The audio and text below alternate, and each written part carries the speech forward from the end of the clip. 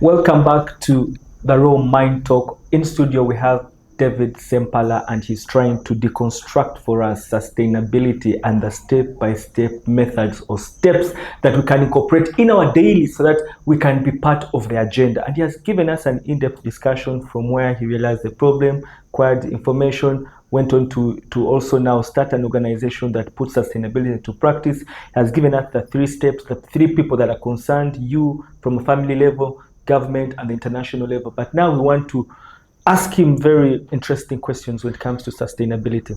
We know many of these conferences and trainings happen in high-end hotels, 6 stars, or happen across the continent in different areas or regions. But we are trying to think for this person who is at home. As you've said, sustainability starts from a household level. But we have failed to actually go to the household level. What are the challenges, or how can we move now from ACs to big hotels now to transition into family levels to understand that actually, as you put it, it starts with me so that I can leave something for the next generation to come? Yeah, thank you very much, Gardner. So there are, like you said, there are so many of these kind of discussions that have happened both at local, regional, and international level. The biggest one, you would say, the biggest one on this subject matter happened 10 years ago in Paris. So in Paris, there's a pact which 193 countries signed. It's called the Paris Climate Agreement.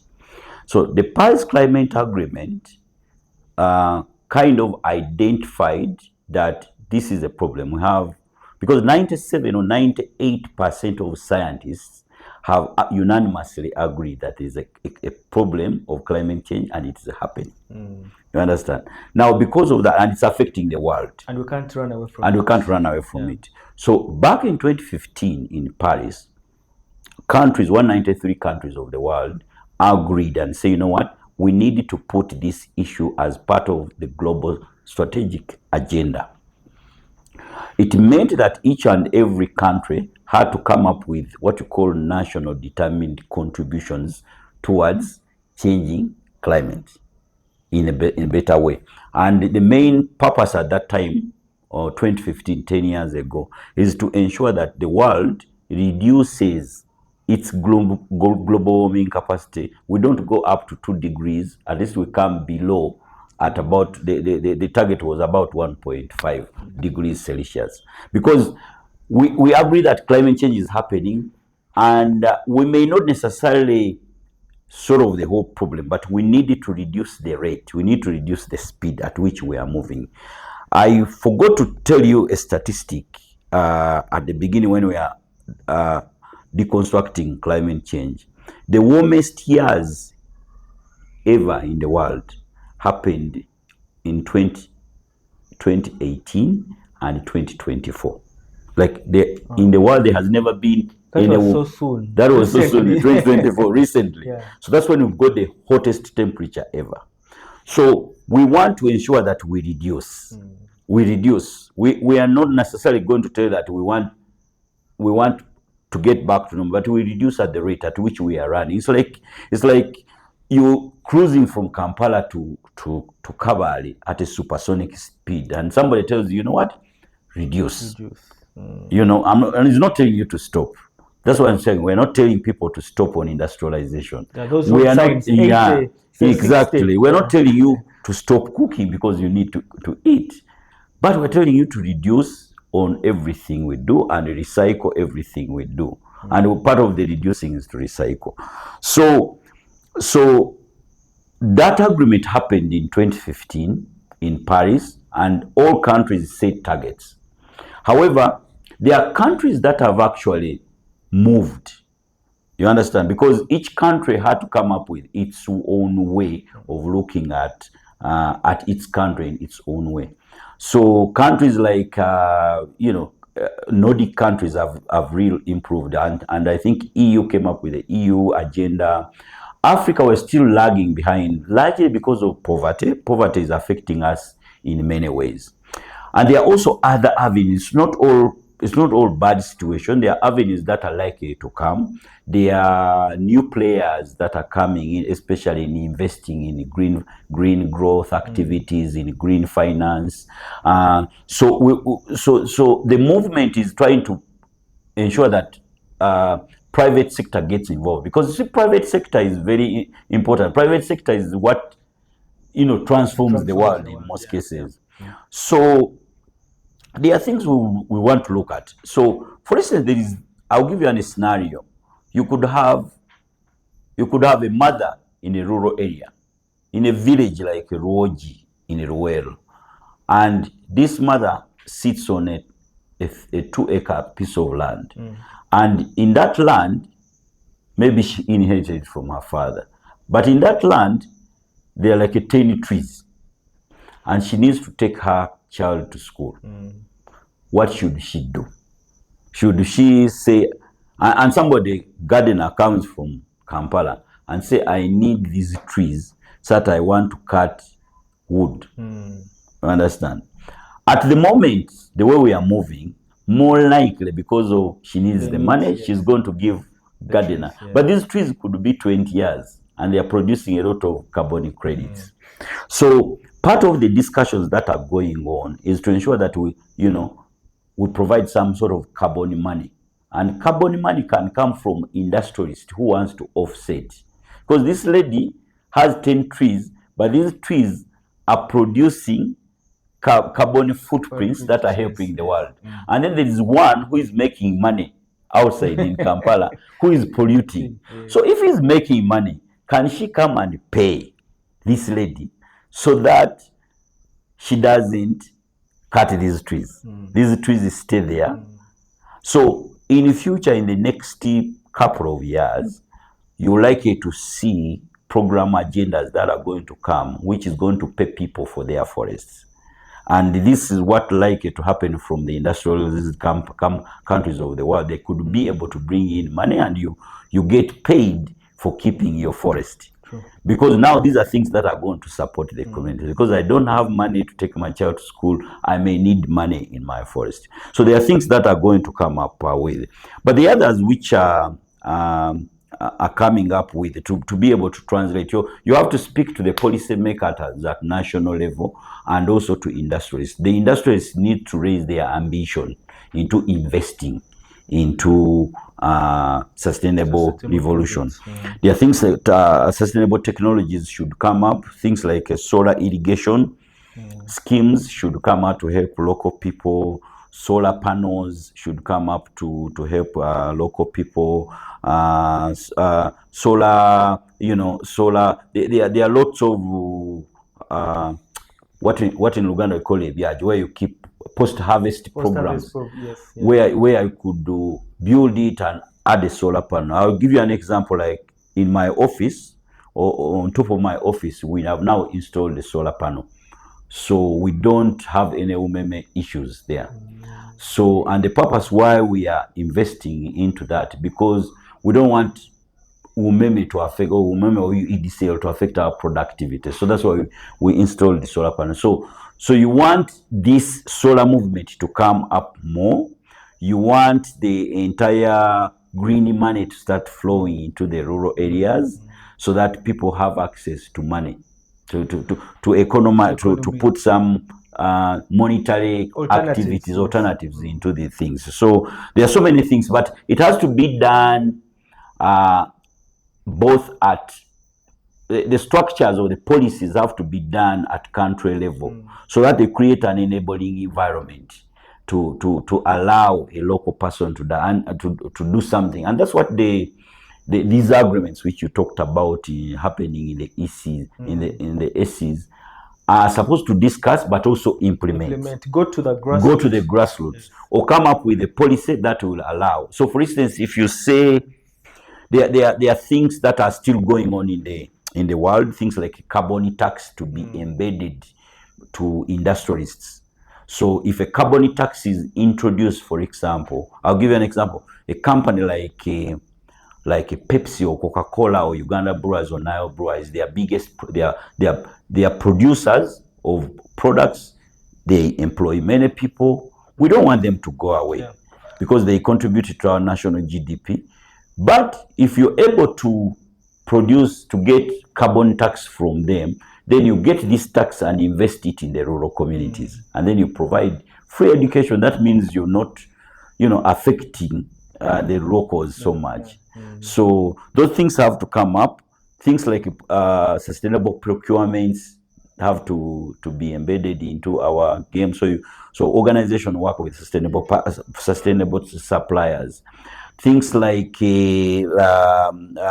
sustainable construction. Before you approve a permit, you have to demonstrate that you're likely to have a solar panel.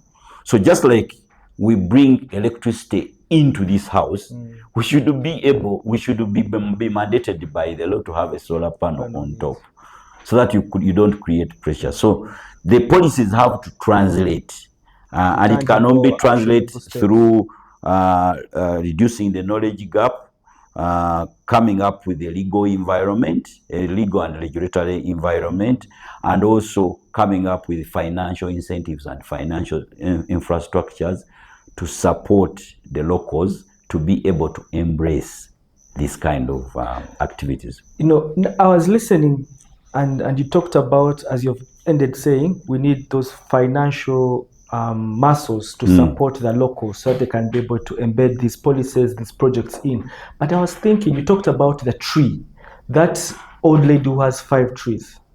And for me, I'm looking at the aspect of survival versus sustainability, because you won't tell the pastoralists in the Sahel region to move away because the animals are eating up the grass, and actually it's becoming deforestation in the long run. You can't tell the people, the fishermen in Lake Victoria, to stop fishing during the breeding period, because for them, they're looking at how can I survive now? Now, what are some of the aspects? You have tried to allude to them, but I think we need to now bring in that understanding a little bit deeper. How can I be supplemented, right? Because I need to survive now.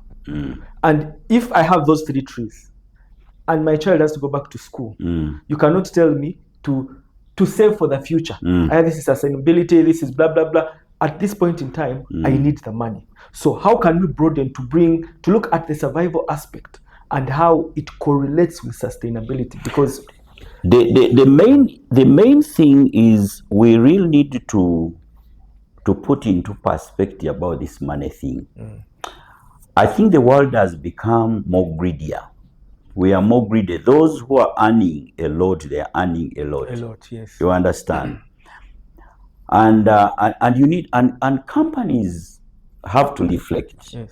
So for instance, companies, you've seen that in between around June, July, companies publish figures, and they say we have made 231 billion, as a company. But you see, when you speak that to somebody who has not eaten food, I don't know whether it's all background noise. You understand? And I don't know. I know some of these publications are regulatory in nature, but I think we need to create a society which is. I think it's always good to have a society that's in between the middle. The happiest countries in the world are not necessarily the richest. Yes. You understand? According to the Global Happiness Index, I think the happiest countries are Nordic countries, Denmark, Sweden, Norway. These countries, because they have mastered the game of being in the middle. You are not too poor, neither too rich. So now the problem with capitalism, the so-called capitalism of the West, is that it empowers a richer man to become more richer, and then the poor become more poorer. So we need to come up with the ways that will support companies or corporations or government to raise their ambitions into investing in communities. And part of the way they invest in communities should be through the main key things which the community needs. They need access to water, they need access to health centers, they need access, and not necessarily access, just access, but You provide quality yeah. health services to these people. You provide quality education. You provide quality roads. You understand? You provide so the people who are actually making money. If you know that you are making money, me, I don't want you to declare profits and say, okay, I have made 270 billion half year profits, but I will need to see what are you actually investing in society. And the more we learn how to invest in society, both as at government level, because you see, private sector, they tend to come up with this excuse that, for us, we are paying the tax. And when you're paying the tax, and that's all. But that's not all. You should raise your ambition into investing more into the communities. And practically, and again, it's a challenge to mind heritage. One of the things which we are laboring so much is you've heard of what called paper economics. Yes. Guys, every single end of the year, they go to Serena, the conferences, and they discuss the GDP, the inflation rate. These things are very nice to hear, that Uganda has its inflation is low, it's about 4%. We have improved by 13 today. NSSF has declared 13.5. However, it doesn't make a lot of sense when a bigger portion of the population is left behind. These are good figures. The real questions in these rooms should be, how many Ugandans have access to clean water, for instance? I'll give you a worrying statistics on roads. Uganda has 159,336 kilometers of roads in total. And out of those, the roads that are tarmacs, kilometers of road, are only 6,336, which represents a 4%. You understand? Yeah. So you want this woman in the rural area to be able to move faster to go to the health center because the road is there. That's how, and the health center where she can access at least a service or a free service or a basic service. And it can only happen if we raise our ambition into investing in societies. And that's what governments should do. That's what private sector should do. It shouldn't be a government thing alone. Governments must invest part of their money into communities. Private sector must invest their money. Because if we don't create, and I'm speaking from the private sector driven approach, if we don't create a strong society that can be able to buy our products, we are just useless, because we are creating islands of prosperity surrounded by a sea of poverty. That's exactly what we are creating, which is extremely bad and dangerous. Islands of prosperity surrounded by a sea of poverty. Absolutely. I couldn't put it any better. But I really appreciate, because now we are moving from the AC, from the international arena, now bringing it back home. And for me, what you've said is that we need to bring these policies, these initiatives, this mindset back to the family level. Exactly. How can I survive to survive? Not just have things, because if I have things and I have an avenue, whoever comes, I'll exchange. We have seen it happen. But before we go for a short break, we'll come back to deconstruct now. What are some of the things that we have learned along the way? What are these organizations, for example, doing in their corporate social responsibility? What are they doing, or what can they do better? What can government do? What can me as an individual, right way back home, how can I bring sustainability and climate change mindset and ideas back into my home so that we can generally save ourselves tomorrow? Thank you.